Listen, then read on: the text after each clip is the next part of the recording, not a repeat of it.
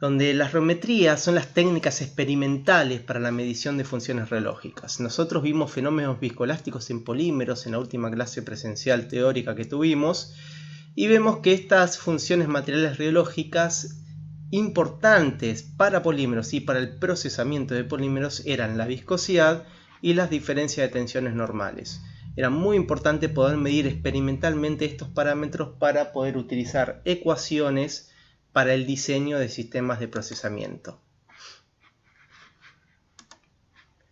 Lo que vimos en una gráfica completa que vemos acá a la derecha, acá tenemos una gráfica de viscosidad en función de la velocidad de formación o velocidad de corte, y lo que vimos en la clase de fenómenos viscoelásticos era que había tres diferentes técnicas de reometría que se utilizaban para calcular la viscosidad en diferentes rangos de velocidad de corte. Vimos que a bajas de velocidad de corte, por lo general a velocidades de corte menores a 1 segundo a la menos 1, que es lo que llamamos el rango de régimen newtoniano, donde la viscosidad no varía con la velocidad de formación, vimos que la técnica que se utilizaba era la reometría rotacional estacionaria. Luego, para obtener los valores de viscosidad a velocidades de corte en el régimen de transición, lo que utilizábamos era la reometría rotacional dinámica. Y por último, en el rango de altas velocidades de formación, donde hay una dependencia lineal del logaritmo de la viscosidad en función del logaritmo de la velocidad de formación, era donde utilizábamos la técnica de reometría capilar.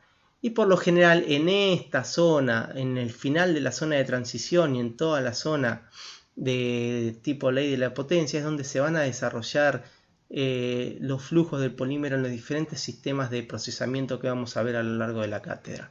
Pero igual es muy importante tener la caracterización completa de la viscosidad en función de la velocidad de formación. Ya vamos a ver por qué razones. Bueno, la primera técnica que vamos a analizar es la de reometría capilar, donde el flujo que se desarrolla, el flujo tenido en cuenta para este tipo de reometría es el de corte simple estacionario por presión en un conducto circular. O sea, las ecuaciones que vamos a utilizar para calcular indirectamente la viscosidad con este tipo de reometría son las que se utilizan para un flujo por presión en un conducto circular.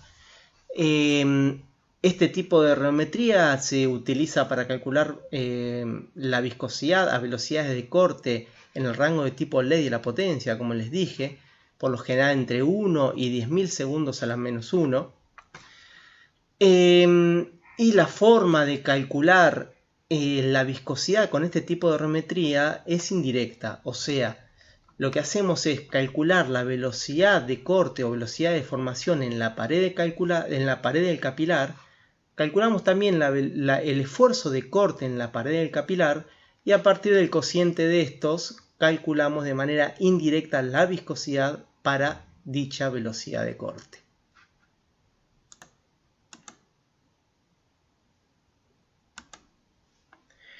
Vamos a ver que no avanza la filmina. Ahí estamos.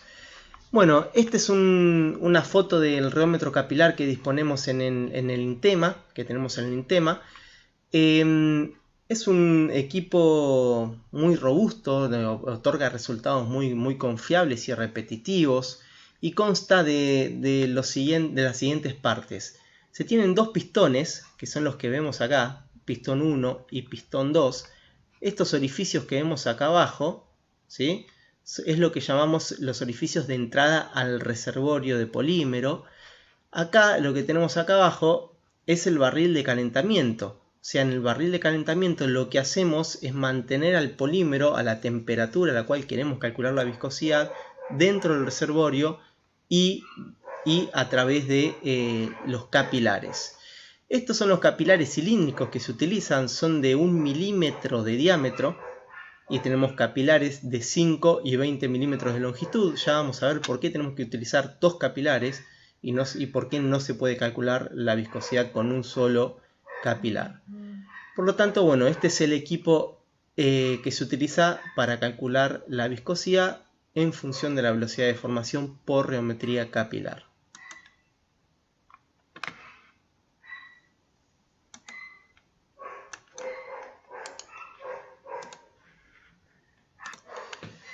Bueno, vamos a tratar de analizar ahora cuál es el principio de funcionamiento de este tipo de equipamiento. Nosotros lo que necesitamos analizar es qué es lo que pasa dentro de los capilares, ¿sí? Los capilares son los que se colocan al final del reservorio. Dijimos que teníamos dos pistones que entraban dentro de reservorios. Acá en estos reservorios vamos a tener polímero fundido a la temperatura a la cual queremos nosotros calcular la viscosidad, ¿ok? Tenemos dos reservorios, tenemos dos pistones y tenemos lo que llamamos traversa, ¿sí? Los dos pistones están conectados a esta traversa de manera tal de que yo puedo controlar cuál es la velocidad de bajada de estos pistones, porque estos pistones empujarán al polímero y son los encargados de generar la presión necesaria para hacer fluir al polímero a través de los dos capilares, ¿ok? Entonces, la presión y el caudal del polímero que fluye a través de estos capilares es lo que nosotros necesitamos encontrar. O sea, nosotros necesitamos medir experimentalmente cuál es el caudal de polímero a través de los capilares, de cada uno de los capilares, y cuál es la presión necesaria para hacer fluir al polímero a través de esos capilares a esa velocidad de flujo determinada. Vamos a ver cómo hace el equipo para realizar estos cálculos. Acá en esta figura del medio lo que se tiene que analizar es cuáles son las características geométricas de este sistema que se utilizan para realizar los cálculos. Entonces, tenemos que tener en cuenta cuál es la medida del diámetro del reservorio, ¿sí? Que el diámetro del reservorio va a coincidir con el diámetro de los pistones. Por lo general el diámetro de los dos reservorios es el mismo en este tipo de equipamientos. Luego necesitamos conocer también cuál es el diámetro de los capilares y cuál es la longitud de ambos capilares. Esas son las características geométricas que necesitamos de este tipo de método de remetría para poder realizar los cálculos que vamos a ver más adelante. Y los parámetros experimentales que se miden en este tipo de remetría son la velocidad de traversa, o sea, cuál es la velocidad a la que baja la traversa. Como la traversa está solidaria a los dos pistones están conectados a la traversa, entonces la velocidad de bajada de la traversa va a ser igual a la velocidad de bajada de los pistones dentro del reservorio. Por otro lado, otra de las mediciones experimentales que se hace es la caída de presión medida en el reservorio. O sea, ¿por qué medimos la caída de presión en el reservorio y no la medimos en el capilar? Bueno, es por un impedimento geométrico. Es porque los capilares tienen diámetros de 1 milímetro, ¿sí? Y los sensores de presión tienen diámetros de 8 milímetros. Por lo tanto, si uno coloca el sensor de presión dentro del capilar, es imposible que todo el polímero que fluye a través del capilar tome contacto con toda la superficie de medición del sensor. Por lo tanto, nos vemos obligados a colocar el sensor en el reservorio, ya que los reservorios tienen 15 milímetros de diámetro y el sensor de presión tiene 8 milímetros de diámetro, la zona de medición, de forma tal de que todo el polímero que está en el reservorio va a poder tener contacto con la superficie de medición del sensor. Bueno, acá no está dibujado, pero los dos reservorios tienen cada uno un sensor de presión diferente. O sea, acá debería haber dibujado otro sensor de presión, ¿ok? De forma tal de poder medir las diferentes presiones generadas en cada uno de los reservorios. ¿Por qué les digo esto? Porque por más que esto esté bajando a la misma velocidad, por más que los dos pistones estén bajando a la misma velocidad, si yo tengo un capilar capilares de igual diámetro, pero este más corto, entonces este capilar va a requerir una menor presión para hacer fluir al polímero a la misma velocidad a través del capilar. Lo vamos a ver también un poquito más adelante, así queda más claro. Entonces, la otra medición experimental que se hace es la temperatura. Obviamente, si nosotros queremos calcular la viscosidad a una velocidad de corte determinada, esto tiene que hacerse a una temperatura controlada, a una temperatura determinada. Si yo tuviese si la temperatura no fuese isotérmica a lo largo de todo el proceso, no tendría ningún sentido calcular la viscosidad, porque la viscosidad iría cambiando a lo largo de todo el proceso, y si cambia la viscosidad va a ir cambiando también la medición de la presión. Por lo tanto, ¿cuáles son los primeros cálculos que realiza el equipo? El primer cálculo que realiza el equipo es cuál es la velocidad de flujo de material a través de los capilares. Y esto lo hace de una manera muy sencilla. Ya dijimos que la velocidad de flujo en todos los sistemas a lo largo de toda una misma línea de procesamiento, o en este caso a lo largo del flujo del material, a lo largo de las diferentes geometrías, tiene que ser la misma. O sea que la velocidad de flujo o la cantidad de material que pasa por unidad de tiempo por una sección del reservorio tiene que ser la misma que la cantidad de material que pasa por unidad de tiempo por una sección transversal del capilar. De esta manera lo que estoy diciendo es que la velocidad de flujo en el reservorio tiene que ser siempre la misma que la velocidad de flujo en el capilar. Y la velocidad de flujo en el reservorio la podemos calcular de una manera muy simple. Si nosotros podemos controlar la velocidad de bajada de la traversa y poder hacer bajar la traversa a una velocidad constante y controlada, simplemente multiplicando la velocidad de bajada por el área transversal del reservorio, nosotros estaríamos calculando el caudal. Y eso es lo que vemos en esta serie que dice cálculos, que el caudal del capilar es igual al caudal del reservorio, que es igual al caudal, y es igual a la velocidad de bajada de la traversa por el área transversal del reservorio. ¿Por qué?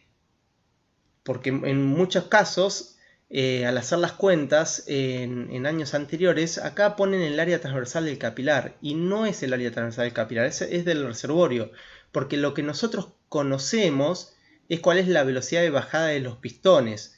No conocemos la velocidad media del fluido dentro de los capilares. Por definición de caudal en cualquier tipo de geometría, sabemos que el caudal es igual a la velocidad media del polímero por el área transversal de la geometría donde está fluyendo el polímero, o cualquier otro tipo de líquido, obviamente. Por ello es que de esta manera, en este caso en particular, la velocidad media, como tenemos un pistón que está forzando a fluir al polímero dentro del reservorio, sabemos que la velocidad media del polímero dentro del reservorio va a ser igual a la velocidad de avance del pistón que lo está empujando a través del mismo. Es por esta razón que el caudal del capilar es igual al caudal del reservorio por conservación de masa, y el caudal del reservorio es igual a la velocidad de transversa por el área transversal del reservorio. Recuerden esto, y no del capilar.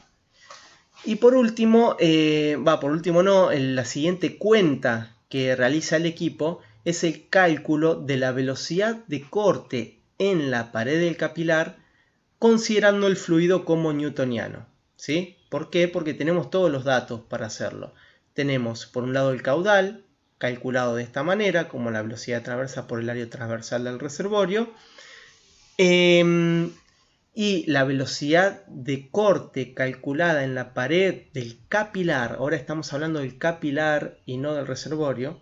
Para un fluido newtoniano va a ser igual a 4 por el caudal sobre pi por el radio del capilar al cubo. Al cubo. Recuerden que ahora sí estamos hablando del radio del capilar y no del radio del reservorio. ¿Por qué? Porque lo que nos va a interesar a nosotros para el cálculo de la viscosidad es lo que está sucediendo dentro de los capilares y no dentro del reservorio. Y ustedes me podrán preguntar, bueno, ¿por qué no calculamos directamente la velocidad de corte en la pared del reservorio y no en la pared del capilar? Y directamente calculamos la viscosidad y todo de lo que pasa dentro del reservorio y no dentro del capilar. Y eso tiene una explicación.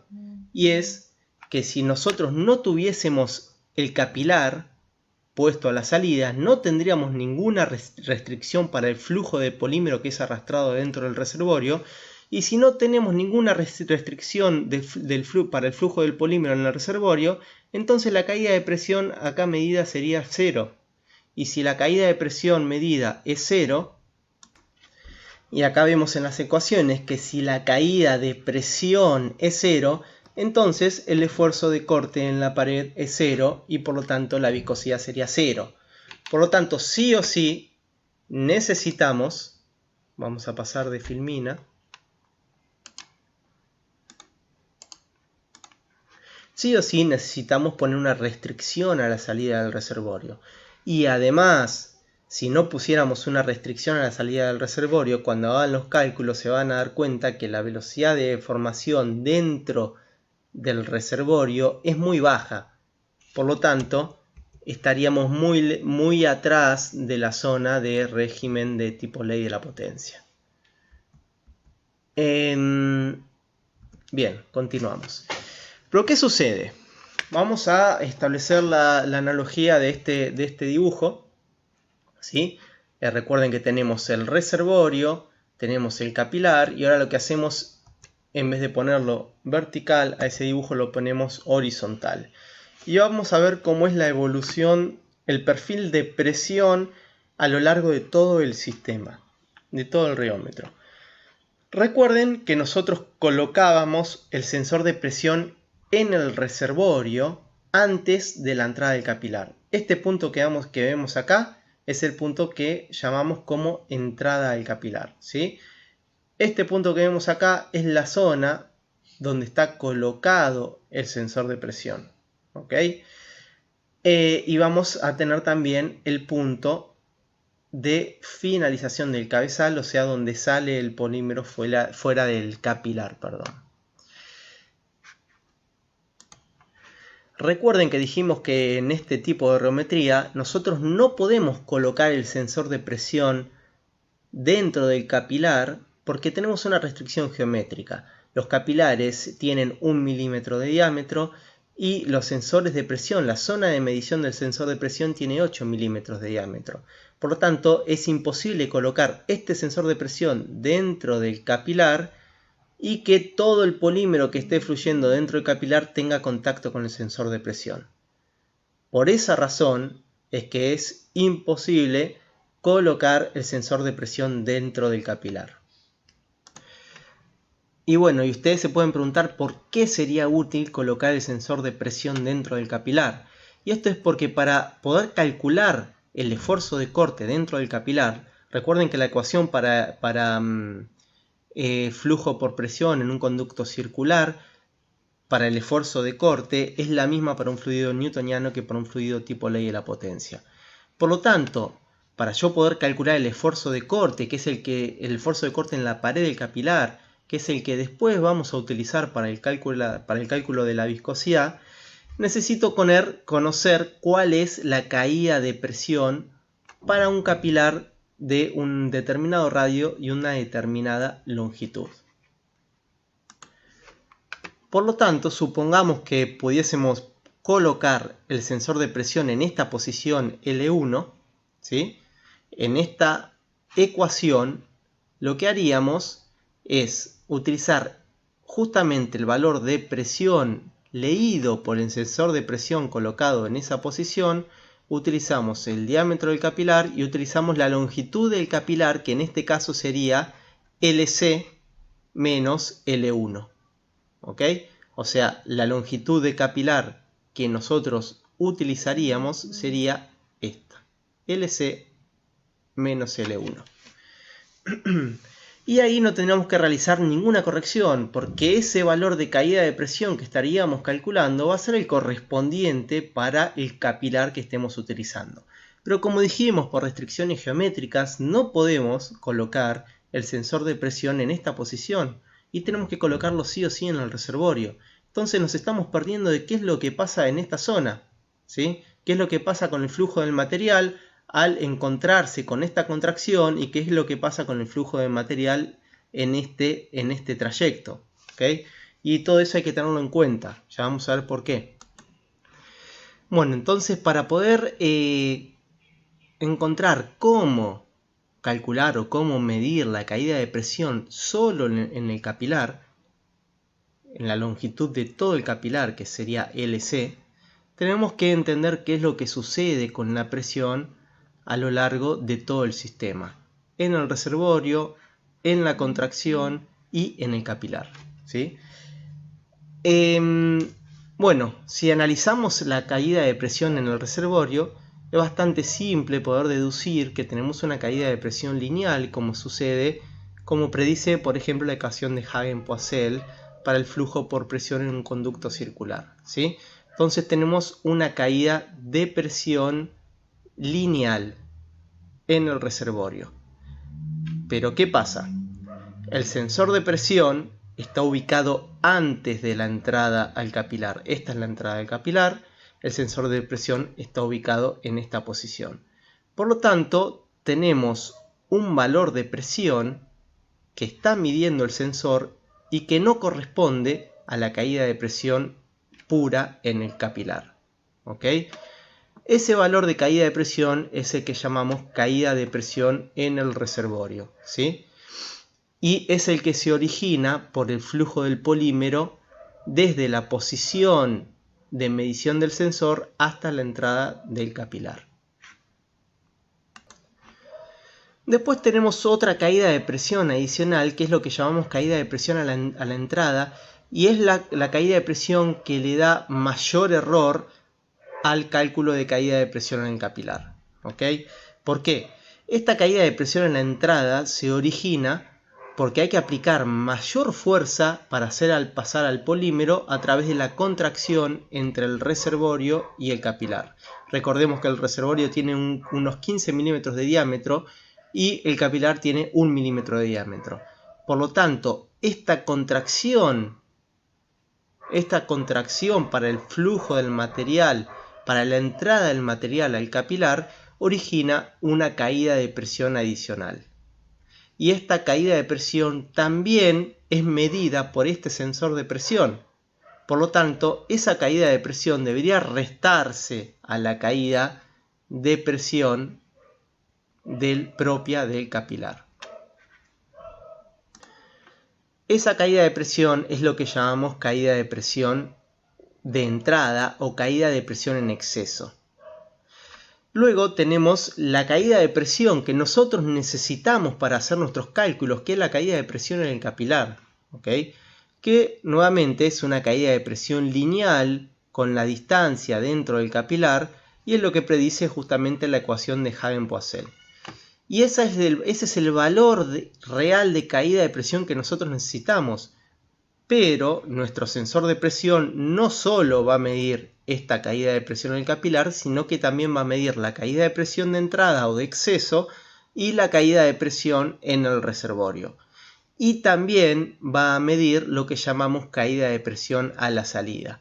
Por el efecto de hinchamiento del polímero fundido, también va a haber una caída de presión adicional a la salida del capilar. Y el sensor de presión que vamos a colocar en el reservorio va a medir todas estas caídas de presión. O sea que la caída de presión total, que es la que mide el sensor de presión en el reservorio, va a ser la suma de la caída de presión en el reservorio, ¿sí?, que es producto del flujo del polímero en estado líquido dentro del reservorio, entre la posición del sensor de presión y la entrada del capilar, más la caída de presión de entrada en exceso, producto de la contracción abrupta entre el reservorio y el capilar, más la caída de presión en el capilar, que es la que nosotros necesitamos para hacer los cálculos, más la caída de presión de salida, que es la generada por el hinchamiento de polímero fundido hacia la salida del capilar.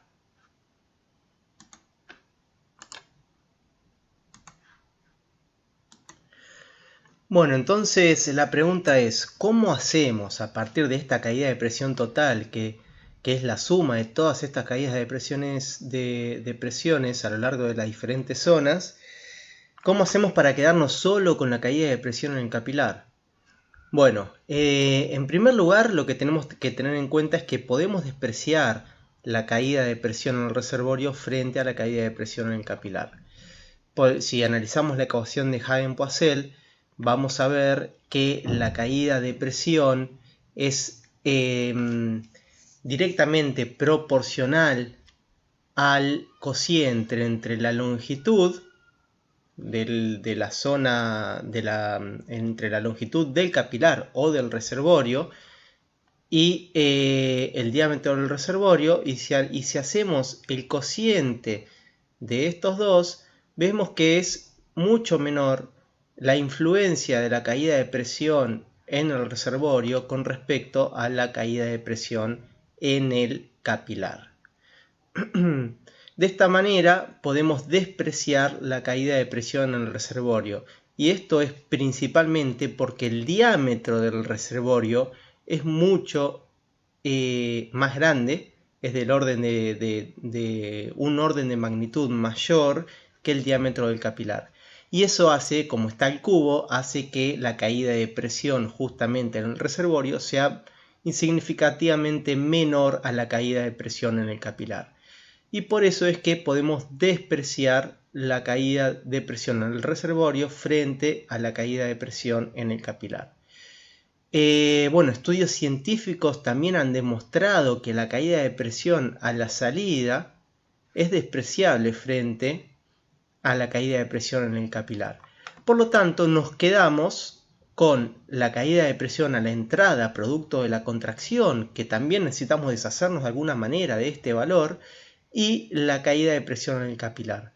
O sea, la caída de presión total medida ahora sería la caída de presión en la entrada producto de la contracción más la caída de presión en el capilar, que es lo que nosotros necesitamos para hacer los cálculos.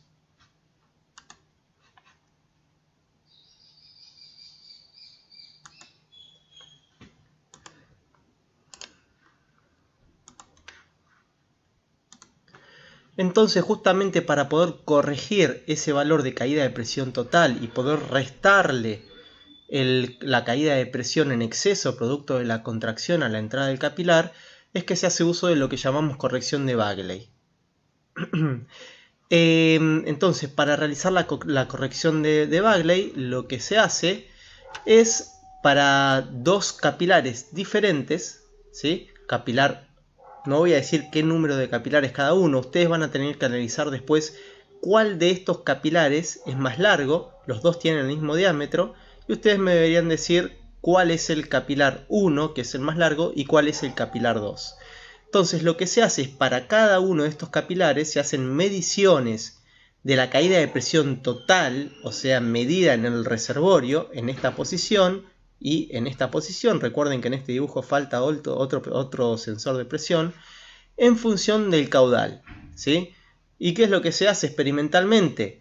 Se hace mover el pistón, o sea, la traversa, a diferentes velocidades. Esto produce diferentes valores de caudal. Recuerden que para los dos reservorios, o sea, para los dos capilares, si yo estoy moviendo la traversa a una velocidad constante, voy a tener siempre el mismo caudal, ¿ok?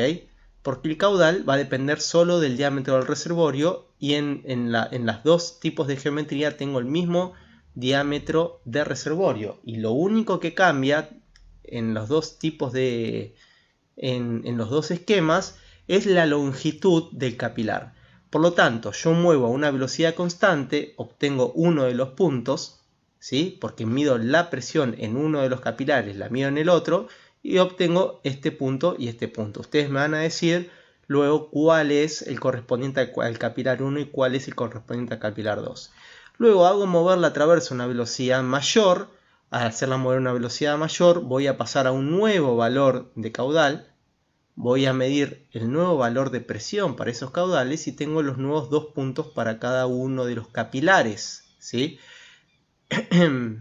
Luego aumento aún más la velocidad, tengo otro valor de caudal y voy a tener otros valores de caída de presión.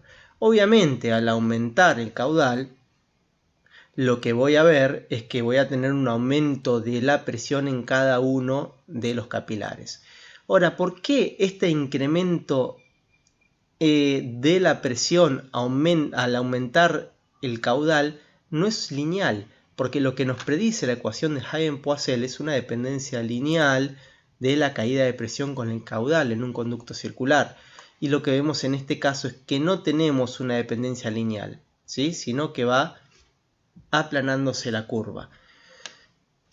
Bueno, esto se debe a que al aumentar el caudal, aumenta la velocidad de deformación. Aumenta el caudal, aumenta la velocidad de deformación o lo que llamamos velocidad de corte. Lo vimos con la otra ecuación. Esperemos un cachito.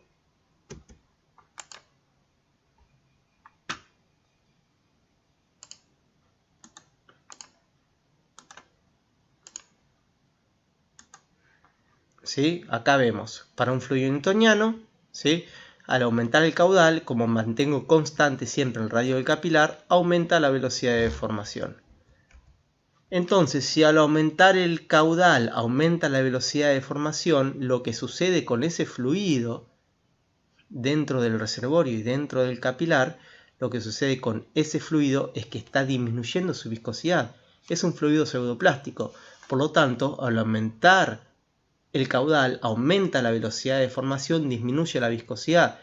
Por ello es que la caída de presión necesaria para ese caudal es menor que la que predice la ecuación de Hagen-Poiseuille para un fluido newtoniano, que nos daría una recta.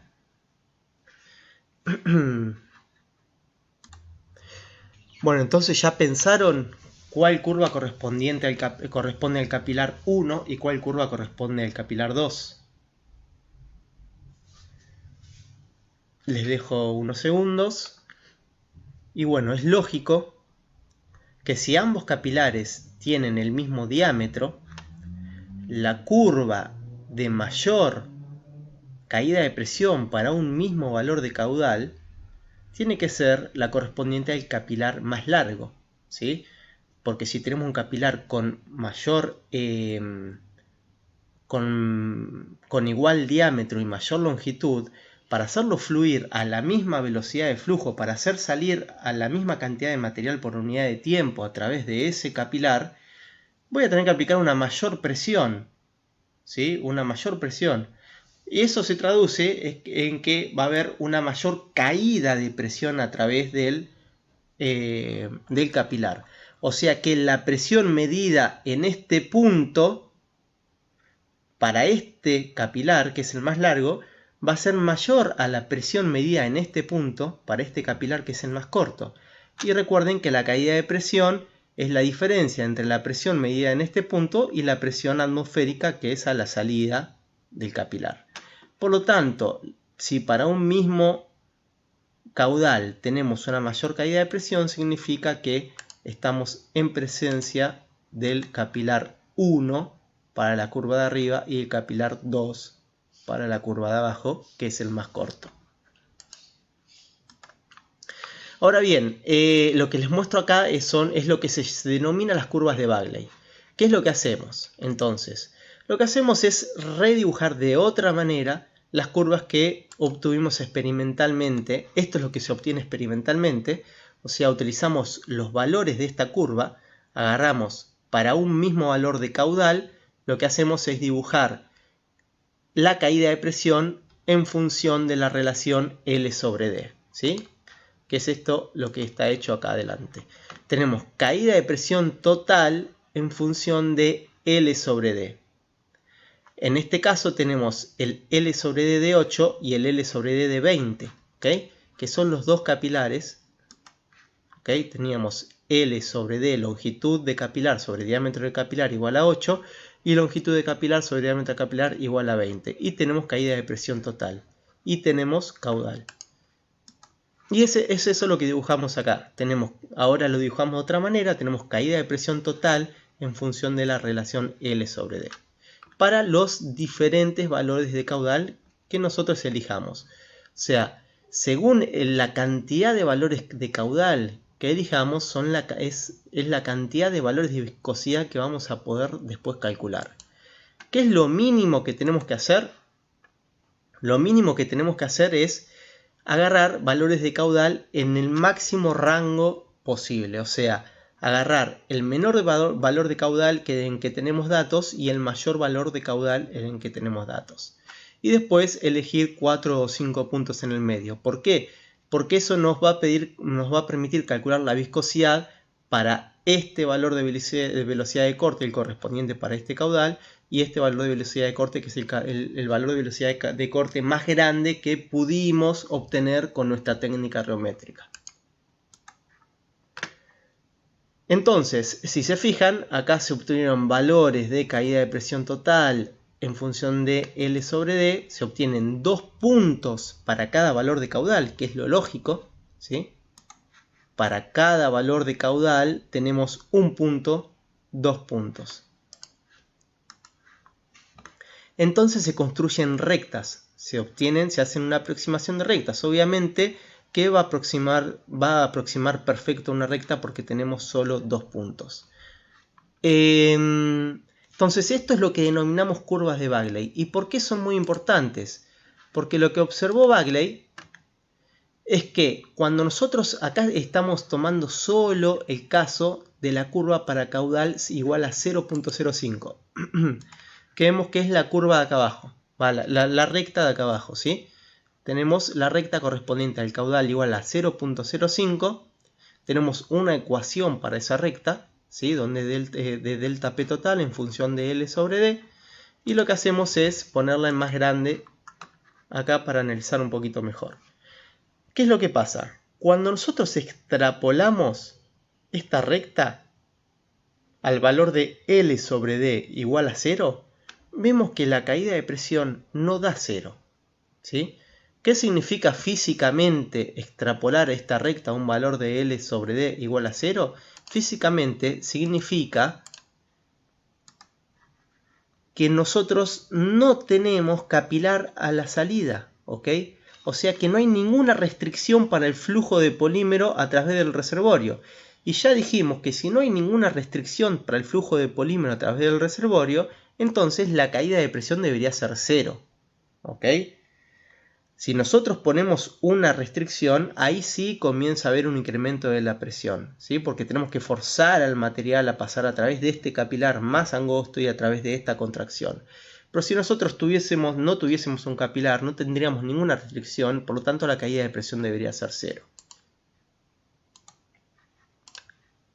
Bagley lo que vio al extrapolar estas curvas, estas rectas, es que la caída de presión no era 0.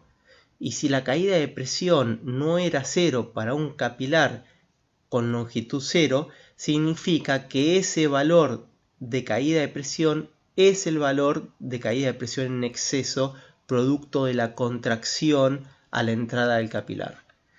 O sea, este valor que estamos midiendo acá, es el valor de caída de presión de entrada, que es este valor de caída de presión, ¿sí? O sea, al extrapolar esa curva al valor de L sobre D igual a 0, lo que estoy obteniendo en ordenada al origen es justamente el valor de caída de presión a la entrada, y que es justamente el valor que le tengo que restar a la medición de la caída de presión total para poder quedarme con la caída de presión en el capilar.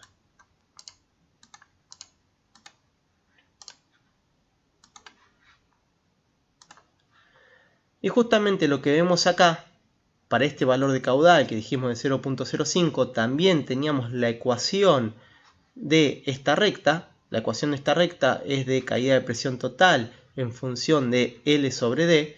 Y vemos que la ordenada al origen de esta ecuación es justamente el valor de caída de presión a la entrada.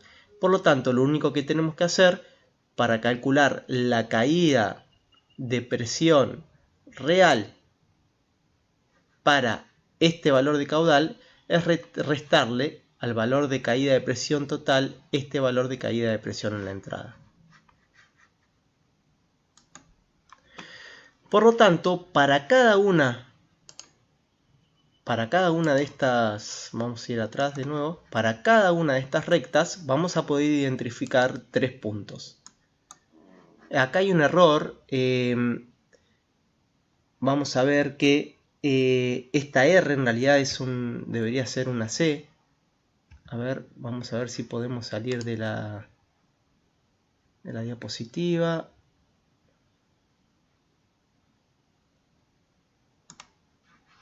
Vamos a corregirlo, ¿sí? En realidad eso debería ser una C.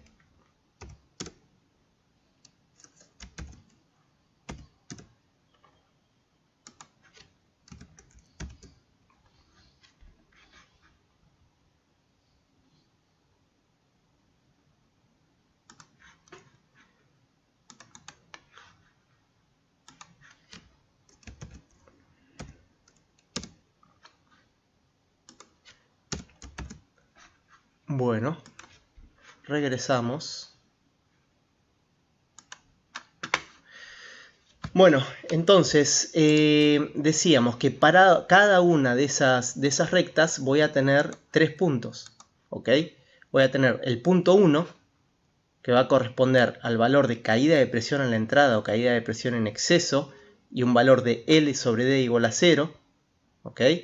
Voy a tener el punto 2, que va a tener un valor de caída de presión total que podemos llamar 2, que va a ser aproximadamente 1.75 en este caso, y un valor de L sobre D igual a 8, que llamamos L sobre D del capilar, obviamente, que es lo que corregí recién. Y tenemos otro punto que es el punto 3, que es el de caída de presión total 3, que va a ser aproximadamente 2.8, y longitud de capilar sobre diámetro de capilar igual a 20. Esos son los 3 puntos que vamos a obtener para cada una de las rectas. Entonces, a partir de toda esta información y para cada una de las rectas correspondientes a cada uno de los caudales, yo tengo que calcular un esfuerzo de corte corregido, ¿sí? Recordemos que el esfuerzo de corte, lo que llamamos esfuerzo de corte en la pared del capilar corregido, va a ser igual a la caída de presión en el capilar por el radio del capilar sobre 2 por la longitud del capilar. Y si reacomodamos esta ecuación, la podemos escribir como la caída de presión en el capilar sobre 4 por la relación longitud sobre diámetro del capilar. Otra cosa a tener en cuenta es que si yo en vez de usar 2 capilares, uso más capilares de igual diámetro, pero de longitudes de forma tal de que el valor de L sobre D quede dentro del rango de estos dos extremos, de los 2 capilares que utilicé, si no hay ningún tipo de error experimental, si la temperatura es controlada con muy buena precisión dentro del equipamiento, entonces esos puntos adicionales deberían caer dentro de una recta perfecta.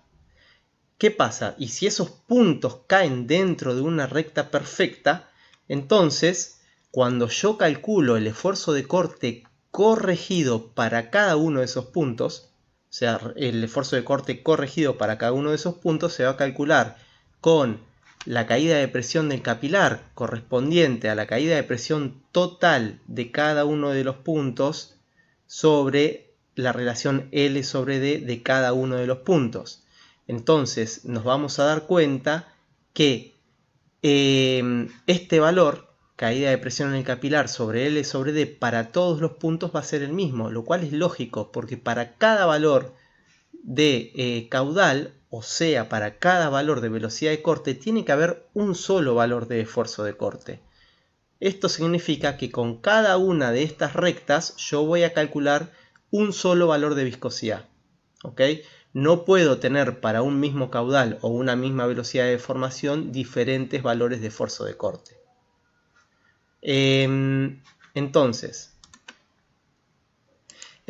¿qué pasa con equipamientos que no permiten controlar con buena precisión la temperatura? O por ejemplo, cuando se tienen diferentes métodos de aumento del caudal que no es por medio de un pistón. Por ejemplo, un rheómetro capilar se puede armar también con una extrusora. Y la forma de modificar el caudal con una extrusora es aumentando la velocidad de revolución de tornillos. Y cuando nosotros aumentamos la velocidad de revolución de tornillos, por el efecto de la disipación viscosa se modifica la temperatura. entonces esa modificación de la temperatura trae errores. Y esos errores hacen que si yo utilizo puntos de L sobre D dentro de ese rango externo que había utilizado, voy a ver que los puntos no caen sobre una recta perfecta.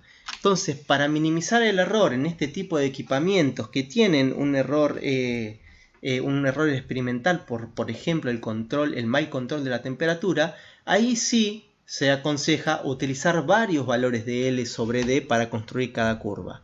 Y lo que se hace es una aproximación lineal de esos valores. Se hace una aproximación lineal de esos valores y se obtiene una recta similar a la que se obtenía con los dos puntos, que va a estar compuesta por un valor de ordenada al origen y un valor dependiente, ¿sí? Este valor dependiente que vemos acá es lo mismo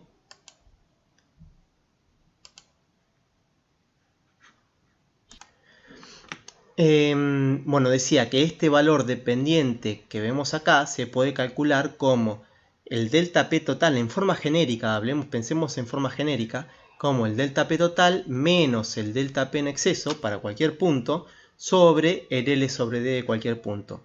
Y justamente el delta P total menos el delta P en exceso o delta P de entrada es lo que llamamos caída de presión en el capilar. Por lo tanto, este valor dependiente, que vamos a llamar M más adelante, va a ser igual a la caída de presión en el capilar sobre la relación de diámetros. Y que es justamente lo que nosotros necesitamos para calcular el esfuerzo de corte. Por lo tanto, en los casos donde tenemos, ya sea que tengamos solo dos puntos o que tengamos más de dos puntos, o sea, más de dos valores de L sobre D, y por más que estos valores internos no caigan perfectamente sobre una recta, lo que hacemos es una aproximación lineal para cada valor de caudal, una aproximación lineal de estos puntos, calculamos la pendiente y directamente ese valor de pendiente dividido 4 va a ser el valor de mi esfuerzo de corte corregido en la pared del capilar. Ahora bien, analicemos. O sea, ya tenemos, para calcular la viscosidad por medio de la radiometría capilar, ya tenemos corregido el esfuerzo de corte en la pared del capilar. Ahora bien, nosotros hicimos un cálculo del de la velocidad de corte en la pared del capilar para un fluido newtoniano. Para hacer ese cálculo utilizamos el valor de caudal y el radio del capilar. Pero ¿qué pasa? Nuestro fluido no es newtoniano, nuestro fluido es pseudoplástico. Por lo tanto, tenemos que también corregir ese valor de velocidad de corte.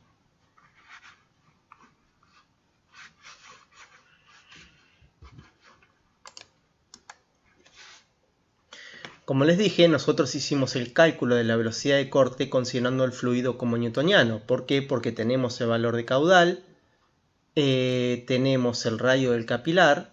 Siempre hablando para el mismo, tenemos un valor de caudal para un valor de esfuerzo de corte corregido determinado, ¿sí? Y tenemos el radio del capilar. Pero ¿qué pasa? Nuestro fluido no es newtoniano, sino que es pseudoplástico.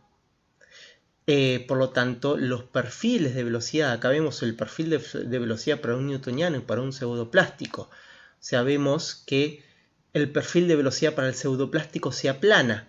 Se hace como una panza, mientras que los cambios de velocidad son más abruptos en el fluido newtoniano. ¿Y esto a qué se debe? Ya lo pensamos y ya lo analizamos en la clase pasada. Esto se debe a que a medida que nos acercamos a la pared del capilar, aumenta la velocidad de corte. Si aumenta la velocidad de corte en cercanías a la pared del capilar, lo que sucede es que disminuye la viscosidad en cercanías a la pared del capilar. Y la viscosidad es justamente la restricción que opone el fluido para el flujo. Por lo tanto, si tiene menos viscosidad, va a fluir más rápido en las cercanías del capilar que si lo consideramos un fluido newtoniano. Por lo tanto, tenemos que aplicar lo que llamamos la corrección de Rabinovich. ¿Sí? Entonces, por un lado, corregimos la caída de presión por la contracción a la entrada del capilar por la contracción que se produce entre el diámetro del reservorio de 15 milímetros a un diámetro de capilar de 1 milímetro. Por ello tenemos que corregir la caída de presión y lo hacemos con la corrección de Bagley. Y por otro lado tenemos que corregir la velocidad de corte que fue calculada para un fluido newtoniano, la tenemos que corregir para considerarlo un fluido pseudoplástico mediante lo que llamamos corrección de Rabinovich. Sí, en la corrección de Rabinovich nosotros tenemos la velocidad de corte en la pared del capilar corregida como la velocidad de corte en la pared del capilar como newtoniano sobre 4 por 3 más este cociente, lo que dice es la derivada del logaritmo de la velocidad de corte respecto a la derivada del logaritmo del esfuerzo de corte. Arriba tenemos velocidad de corte en la pared newtoniana y abajo tenemos esfuerzo de corte en la pared corregida. Por lo tanto, esto no es más que una pendiente de la gráfica logaritmo de velocidad de corte en función del logaritmo de esfuerzo de corte corregido, o bien 1 sobre la pendiente de dicha gráfica. Por lo tanto, lo que tenemos que hacer es graficar logaritmo de esfuerzo de corte corregido, que lo calculamos con la corrección de Bagley. Para cada uno de estos caudales nosotros vamos a tener un esfuerzo de corte corregido y vamos a poder para cada uno de estos caudales calcular una velocidad de corte newtoniana. ¿Ok? Entonces vamos a tener una tabla de valores de velocidad de corte en la pared del capilar como fluido newtoniano y por otro lado vamos a tener esfuerzo de corte corregido. Y eso es lo que graficamos en valores logarítmicos, logaritmo de esfuerzo de corte corregido en función del logaritmo de velocidad de corte newtoniana, ambos en la pared del capilar obviamente. Entonces la pendiente de este gráfico va a ser lo que llamamos n. Acá lo tenemos invertido, tenemos en la ecuación de Rabinovich tenemos arriba el logaritmo de velocidad de corte, por lo tanto esta ecuación quedaría como velocidad de corte en la pared del capilar newtoniana sobre 4 por 3 más 1 sobre n, donde n es la pendiente de la aproximación lineal de estos puntos. Y de esa manera, para cada uno de los valores de caudal que seleccionamos en aquella primera curva de caída de presión total en función de caudal, para cada uno de esos caudales seleccionados, vamos a tener un valor de velocidad de corte corregida por la ecuación de Rabinovich, que tuvimos que corregir la velocidad de corte que habíamos calculado como newtoniana, porque teníamos que considerar el fluido como pseudoplástico, en el cual la viscosidad disminuye con la velocidad de corte. Vamos a tener para cada valor de caudal un solo valor de esfuerzo de corte corregido, que calculamos como la pendiente de cada una de las rectas para cada caudal dividido 4, y a partir de estos dos valores corregidos calculamos la viscosidad como el cociente de el esfuerzo de corte corregido sobre la velocidad de corte corregida, ambos en la pared del capilar. Y de esta forma, para los diferentes valores de velocidad de corte corregida, vamos a tener los diferentes valores de viscosidad y podemos obtener la recta, ¿sí? La curva, la parte de la curva del logaritmo de viscosidad en función de la velocidad de corte correspondiente a la zona de dependencia tipo ley de la potencia, ¿sí? Que es lo que se obtenía por reometría capilar. Bueno chicos, eso es todo lo de reometría capilar. Espero que hayan podido entender algo. Lo van a entender más cuando se pongan a hacer los ejercicios. Y cualquier consulta pueden volver a ver el video o consultarnos en el foro de campus virtual o por email. Bueno, saludos. En la próxima clase vamos a ver la reometría rotacional, estacionaria y dinámica.